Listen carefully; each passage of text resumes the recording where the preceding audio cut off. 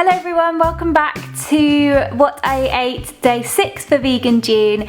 And for breakfast yesterday I made a melon bowl. I took half of a honeydew melon that needed using up in my fridge and I placed that in a bowl and took an ice cream scoop just to remove the seeds in the middle. I then filled the melon bowl with my oat clusters shown in yesterday's video, topped it with some chunkier pieces, and then if you leave a can of coconut milk in the fridge overnight, it separates and solidifies slightly and you get this almost creamy layer on the top.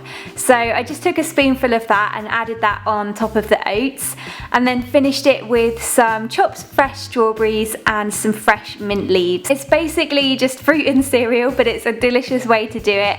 I shared something over on Instagram recently that was very similar and it just makes for a really refreshing summer breakfast. For a mid-morning snack I made these cheese crusted sun-dried tomato, olive and basil balls, and I actually got this idea from another recipe, so I'll link that down below as that was my inspiration, though I did completely change the method and most of the ingredients for this. I first preheated my oven to 180 degrees Celsius and then to my food processor I added 1 can of drained rinsed chickpeas. I think this was around 240 grams, 1 cup of sun-dried tomatoes roughly chopped, 1/3 of a cup of chopped black olives, I buy them pre-sliced, a handful of basil leaves that I just tore in, a tablespoon of onion flakes, a teaspoon of garlic powder and some black pepper and salt. I first just pulsed the mix and then blended it until it began to stick together.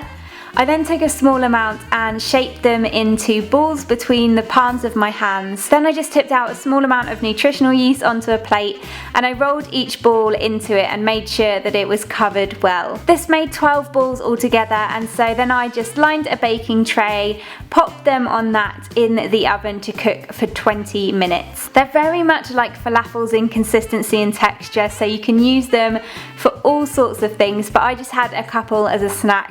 And then I popped the rest in a container and froze them. They're so delicious, so many flavours. They're a little bit crispy on the outside, soft in the middle, and I just love the cheesy element to the crust. For lunch I made a creamy tomato soup. I started by dicing up 1 white onion and then I added that to a pan with a little hot water and cooked them until they were soft. I then minced in 2 cloves of garlic. You can add a splash more water if you find the pan starts to dry up.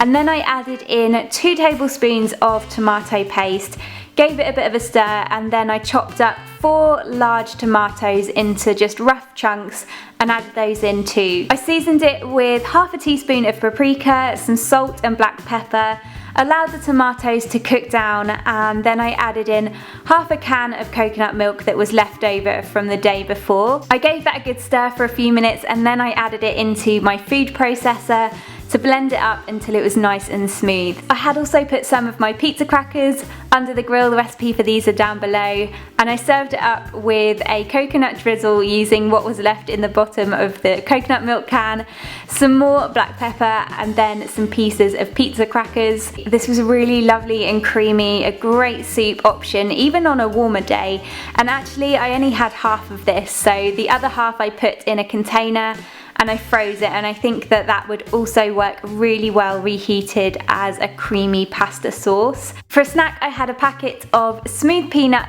and almond proper corn. They do some amazing flavours, most of which are vegan. There's like a spicy tomato one, a salted one. They've just added a few new flavours to the line and this is one of them.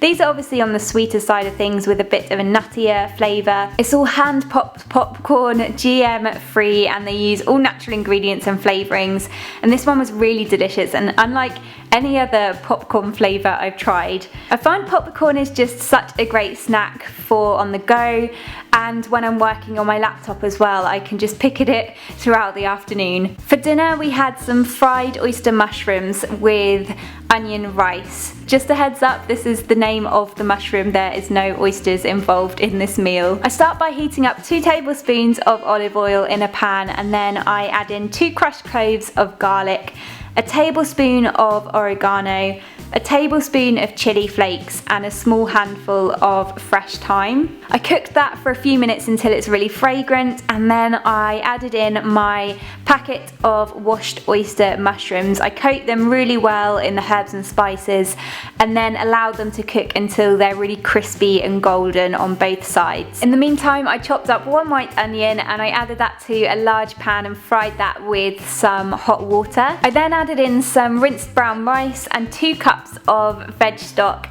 and allowed that to cook until it was soft. I then served up the rice with the mushrooms on top and also added on some lemon wedges, which I then squeeze on all over. We had this dish in a mushroom restaurant where literally every single meal was made using mushrooms, and it was one of the best things I have ever eaten.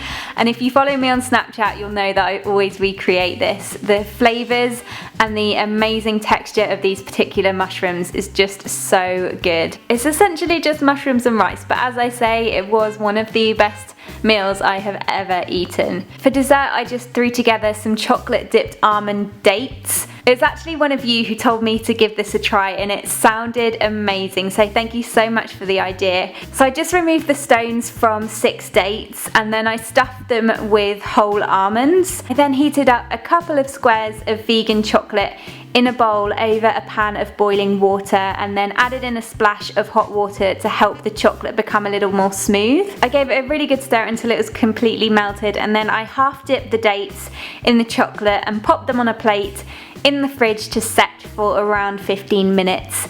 These were great. Stuffed dates, as I've said before, are just so amazing. They're like chewy, chocolatey, nutty treats, and it's just such a quick and simple snack or dessert to make. And that is it for day 6 of Vegan June. Again, thank you so much for all of your lovely comments and for watching. I really hope you enjoyed this, and I'll see you again tomorrow for a new one. Bye!